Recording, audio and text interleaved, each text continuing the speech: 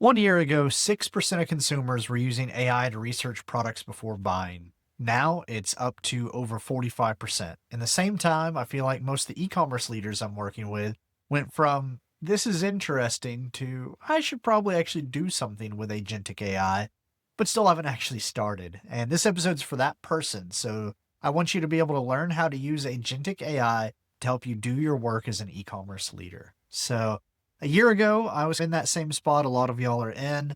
I've always found AI interesting, but I really wasn't sure how to use it in my day to day. So the moment that it actually clicked for me was a system called Insight Stream that we have actually since opened up. It was an internal creativity system. Now anyone can buy access to it. So Insight Stream is a series of AI agents that scour the web for any sort of interesting e-commerce news that we need to be aware of. And it puts together, for us, the way it works is it puts together a Slack post and an audio briefing. And I realized after a while that, hey, it's been a few weeks since I've actually manually gone out and looked for e-commerce news. I've just been listening to this briefing every morning on my podcast app. And that's when I realized, hey, agentic AI can really help me in my role and help automate some of the things that I was probably spending a little bit too much time on. Most AI advice is written by engineers for engineers. Agentic coding is where AI agents first saw massive adoption. And then you have things like OpenClaw, which used to be known as ClaudeBot, that are open source projects built by open source enthusiasts for open source enthusiasts. I want to take all of that and bring it to those of you that are working in e-commerce businesses or running e-commerce businesses that maybe aren't as technical, so you haven't been able to take advantage of this yet. Now, first up, the wrong question to ask is, how does this work? How do these AI agents work? Because even if you take a deep dive into them, it's a black box. It's a little complicated, and AI systems, LLMs specifically, are non-deterministic. That's a fancy computer science way of saying you can put the exact same thing in them and get a different response or result back out of them. You start looking at all that and you will probably never get started. There's lots of great reading you can do, articles you can save for later, but then you'll never actually use these agents. Or I see other people, they'll sign up for a tool, maybe sign up for a ChatGPT Plus account or a Claude account with Anthropic, and then start saying, okay, now what do I want to use this on? And I feel like that's completely and totally backwards. And I would say you don't need to understand how your dishwasher works. You don't need to understand how these AI agents work to use it. And seriously, like dishwashers, especially newer dishwashers, the way they use less water, I'm always, is it full of water in there? How is the water even getting to all of the dishes just right? Like, I know there's a lot of engineering that actually goes into dishwashers. There's probably even someone out there that has a YouTube video showing you how the inside of a dishwasher works. The questions you do need to ask, I told you kind of what the wrong questions are that you're asking, is what are you doing every week that you hate that especially follows a repeatable pattern? Or if I had a tireless assistant that could just work 24/7, what would I hand off to them first? Once you start asking those questions, then you'll find the task to automate, and then you can find the best AI agent for that. Don't try to do this the other way around. Now, AI won't fix a broken process. It'll just break it faster. It reminds me old Simpsons episode where Homer creates the character Max Power. He's telling his kids, hey, there's 3 ways to do everything. There's the right way, the wrong way, and the Max Power way. Bart says, wait, the Max Power way, isn't that just the wrong way? And Homer says, yes, but faster. And that is what AI will do with your broken processes, with things that just aren't designed well. It'll keep doing it that wrong way, but faster. So before you automate anything, decide, is this process even worth automating, or is it something that you should stop or you should redesign before it's automated? So the order that works is fix your processes, get your data in order, then automate it. Now, I have a new rule that I came out of actually last week's Commerce Today episode that a lot of y'all loved. The clip about this rule has gotten a lot of traction, and that is the $500 rule. So the $500 rule helps you decide which processes are worth applying agentic AI to. So if a task costs more than $500 a month in human time and it follows a repeatable pattern, it's a clear candidate for automating with AI. However, if managing the AI costs more than doing the task yourself, well, that's probably not a great candidate. So let's say you have a highly specialized role or agency that you're paying $100 an hour to, and there's something that person is doing that is taking 3 hours a week. That's $1,200 a month. That is an obvious candidate because it's over $500. You should absolutely look at using Agentic AI to solve that. Same time, if it's something that you have a service doing that is $20 here, $30 there, and it's not something that takes a lot of time, probably not worth pursuing. I think eventually we'll be using AI agents for just about everything, but for now, there are so many high leverage tasks that are over that $500 a month mark that you should start there for sure. So again, it's a two-part test. Does it cost more than $500 a month in human time? And does it follow a pattern? So are there the same inputs and then certain expectations or outputs you hope to get from that? Because AI is really good at repeatable tasks, templates, volume work, pattern matching, things like that. AI is really bad at times when it's a one-off decision that you've never faced before, especially if it's very specific to your business or your role, or anything where it depends seems to be the answer you always come back with. Now, I do want to share, everyone's talking about how great AI is. There's all these videos out there basically trying to get you to sign up for every AI agent under the sun. And we'll say that even with the $500 rule, it doesn't always work. I actually tried to use a system called Composio, and I think they have some great tools and great systems. I think this was a failure on the agent more than on the tool. But I tried to automate my YouTube uploads. Doesn't take a ton of time to upload these videos to YouTube, but it does take some. And so I said, okay, I'll have my agent do that. It failed miserably. So it uploaded the wrong version of the episode. It actually used the unedited footage. I don't do a ton of editing, as you can tell, but I do a little. So it uploaded the wrong file. It was in the wrong format. It was just wrong. So I had to go in, delete the video, start over. YouTube does not make it easy to recover from a mistake like that. So I basically realized, wait, thinking about the $500 rule here, I'm going to spend more than $500 of my time going back and rechecking and possibly re-uploading and fixing if this upload goes bad. So for now, you know what? I don't need to try to have an AI agent do that. I can upload these videos once a week. Now, something that actually did work, a good example of the $500 rule is I have a pipeline that runs now. So I record one episode and it is an AI agent now that is creating my clips for me. So I actually have 10 clips from the last episode that an AI agent pulled out, and it actually was able to use my social media scheduling tool via an MCP server, just a different way for AI agents to interact with services. And it scheduled 110 posts, basically across every LinkedIn, Twitter, Instagram, Facebook, TikTok, and YouTube profile for myself, for Creativity, and for Commerce Today. And it does that now for me every week. That is saving me even quite a bit more than $500 a month of my time by doing that. So the goal isn't just AI everywhere. I know there's a lot of sales teams, a lot of marketing teams, a lot of messages going to the marketplace of just add AI sauce to everything. That's why people are freezing and not actually starting to use AI agents in their day-to-day. The goal is less friction. Look to see where you can reduce friction. Sometimes that's by using an AI agent. Sometimes it's not. You might be saying, all right, I'm ready. I want to use an AI agent. I've heard great things about Claude Cowork, and I will say that if you are non-technical or less technical, Claude Cowork is probably the best place to start. Now, I know OpenAI has some big announcements coming, so chances are by the time you're listening to this or watching this, there may even be an OpenAI version that is even better than Claude Cowork, but Claude Cowork is a great place to start.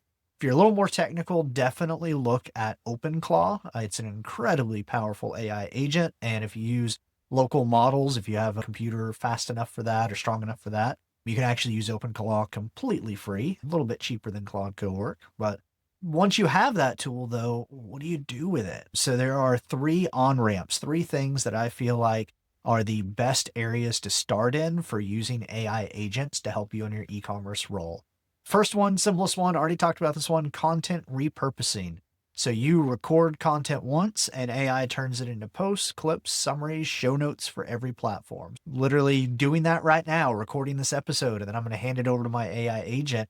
and my agent will actually do the clipping, will do the show notes, the summaries, get it distributed out to all those systems. I'm able to spend more time thinking about developing the content and less time on the mechanics of it. This works great even for non-technical or less technical folks because all you got to do is sit down and record. There's not a lot of technical expertise needed. And once you set this up once, there's not really a lot of ongoing maintenance you need to do. An AI agent can just do this for you. Now, a couple of tips on this. I mentioned MCP servers earlier.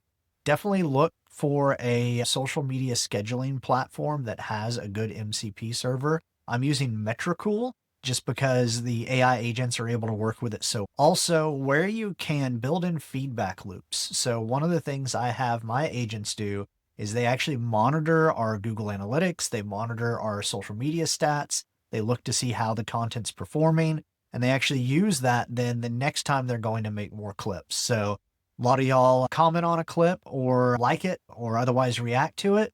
Chances are you're going to see more clips like that because my agent will actually see, okay, hey, people really like this one. Let's see why they liked it and do more like that. And really with any type of AI agent, when you can have this loop where it's doing kind of the same basic tasks again and again and getting feedback from the environment on if it's doing a good job or not, it will get better and better at that task. Next area is research and summarize. We all seem to joke these days about when you join a video conference, there's like more AI bots recording the meeting than there are humans attending the meeting, it feels. But that is an area where AI agents can be great at. So taking those transcripts, figuring out what the next action items are, in some cases actually doing some of the next action items. I have seen some people that actually will have their AI agent draft email follow-ups to meetings they've been in, especially if they're very simple follow-ups that need to take place. Where I think this can get even more interesting though on research, there is a skill out there, and a lot of these AI agents can use skills that you download and install into them. Be careful. There have been, especially with OpenClaw, there have been some skills that have malware in them. So that's a whole other area of cybersecurity we need to worry about now. But there's a skill out there called Last 30 Days, and it actually just scrapes Reddit, Twitter, tons of other places to look at what are people saying online in the last 30 days on this topic. So you can run this on your brand, you can run this on a competitor's brand, you can run this on whatever type of product you're selling, and you can get some great information. And it's basically a way that you or an intern or a team member might have to actually search, do all those searches manually, gather all the information, compile it all together, analyze it. Now an AI agent can do that for you. So that's something that Claude Cowork or OpenClaw can do right now for you, especially with that skill. I would also recommend pointing it to your customer reviews, to your product reviews, and say, all right, what can we learn, especially looking at trends over time? What can we learn from our reviews? I know that there are people out there using it for competitive intelligence. You can actually, with Codex, which I didn't mention that one because it's primarily a coding agent, but OpenAI has released a Windows and Mac app for Codex, their agentic coding system. And a lot of non-coders haven't really looked at it because they think it's all about code. Codex can do a lot of different things, and you can give it access to your web browser. And one of the things that Codex does is you can have scheduled tasks. So you could actually tell it, every morning at 9 a.m., I want you to pull up my Amazon Marketplace page. I want you to pull up my competitors' websites and marketplace pages and tell me if anything changed. Tell me if there's something I need to know about. You're saving hours of time not having to check those things yourself. AI can do it in minutes and just deliver a report that you read and review whenever you have time. One of the things that I do with this is every morning AI, my agent, is synthesizing everything that's happening across all my projects. Used to, that might take me 30, 45 minutes of checking with different people, different services, systems, looking. Now I get a 5-minute read of everything that's going on that I need to know about. That takes me into my third area I recommend as an on-ramp into using agentic AI in your e-commerce role: internal ops and reporting. Status updates, weekly briefings, project summaries. Most e-commerce leaders are overlooking this one, but it can be the highest ROI. One of the things I do with this is I have a system called the Business Council. The Business Council, it's basically 4 different agents within my agentic setup, and one has a revenue focus, one has a technical focus, one is a general business focus, and one's a leadership focus. All four of them look at all of the data in my business and from their own unique viewpoint, identify opportunities, identify threats, potential problems, things that we might need to take action on, and just do some brainstorming. And then there's an agent that actually brings all of that together into a daily report. And each morning I start my day with, here's what the business council has come up with overnight and what we recommend. And so this is across about 37 different efforts that I have the business council tracking. And it used to take me a lot of time to figure out what to do next or even remember what some of those projects were and where we were at on them. Now I just get that short briefing that tells me exactly what I need to do. I've even tied it into my to-do system so that I just get my to-dos for the day. I'll look at my to-do list and say, oh, here's a few new ones that were added so that we can move these projects forward. So basically, look for different ways, and you're not trying to replace yourself. You're not trying to replace your team members. You're trying to find ways to automate and delegate to an AI agent these tasks that either you didn't have time for before, or because you were spending so much time on them, you weren't able to do the bigger strategic work in your role. So definitely look at that as you are implementing an agentic AI system. Now, I do want to talk a little bit about expectations. There was a tweet recently where someone said that OpenClaw, getting it up and running, it feels like you're chewing glass for about 4 weeks, but then it's amazing. The good news is Claude Cowork, a lot simpler than OpenClaw. You don't have to go through that experience, but I think that no matter what you're doing, how you're running one of these agentic AIs, it's probably going to disappoint you at first. I would say that's not a failure. That's not you failing. That's not the agent failing. That is data. I mentioned feedback loops earlier, and I feel like AI agents really benefit from feedback loops, but I think those of us using agentic AI can also really benefit from feedback loops. So every time you try something, it may go off the rails. It may not work. Use that, figure out how to improve based on that, and you will slowly refine in your process of working with your agent to get better results. Great example of that. I actually got frustrated the other day with Codex. I said, Codex, I have asked you to finish this project. Instead of finishing this project, every 2 minutes, you're stopping and asking me basically irrelevant questions. Why and what can I do to get you to stop it and actually just finish this project?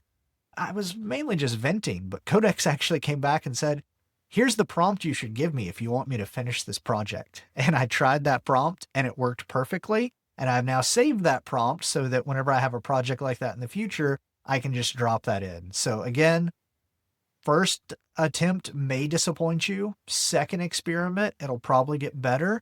By your third or fourth experiment with agentic AI, chances are it's going to surprise you. There have been some amazing kind of serendipitous moments that I've had with these agents where I am surprised at their capabilities, especially as the underlying AI models become more and more advanced. 3 mistakes that you want to avoid in your first week, though, is don't start with tools, start with the tasks. So don't buy or sign up for an agentic AI and then start looking for problems to solve. Think about what problems you need to solve, what tasks you can give, and then go looking for the right tool. I will say, if you're, like I mentioned, less technical or non-technical, Claude Cowork is a great place to start. I think Codex from OpenAI can be okay as well if you already have a subscription there. Also, do not automate a broken process. You don't want to use AI to go faster on something that no one should be doing or that isn't defined. Also, don't give up after day 3. These agents are going to take a learning curve to get them adapted to you, your specific role, the way you work. I would say give it 2 full weeks. And also just keep in mind, again, you're not replacing yourself. You're hiring the world's most patient assistant for the things that you should have delegated years ago. All right, so I appreciate y'all for listening. I will say before you go, think of one task and try to find a task that passes the $500 test. How many hours a week is it taking you? How much is it costing you? What is that worth in human time per month?